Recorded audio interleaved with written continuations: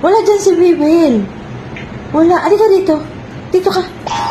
Kayo balik-balik. Wala dyan si Bibel. Wala. Alika dito. Wala dyan si Bibel. Yung sasabi, anak ko, tinuturo niyo dito. Alam, sa mga hindi nakakaalam. Alam niyo po ba kung ano ito? Ito yung kanyang lagayan ng kanyang mga pagkain. Ayan. Yung food niya, yung treats. Ayan. Ayan. Ayan. Kanya niya. Kaya alam niya. Kaya ito, isang turo lang niya. Nagkakaintindihan na kami. Pero binigyan na kita kanina.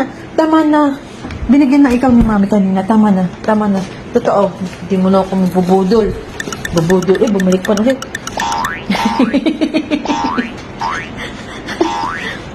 Ana. Ay, Meg, sali ka. Binigyan na kita na. Di ba asan ka? Hindi ka dito. Di ba? Nahihilo ko. Uy, binigyan ka na ni mami ng yogurt. Tama na. At saka yung binigyan kita ng treats, yung ginawa ni mami na chicken, yung dehydrated chicken, gawa ni mami, naubos mo na. Pero meron pa tayo.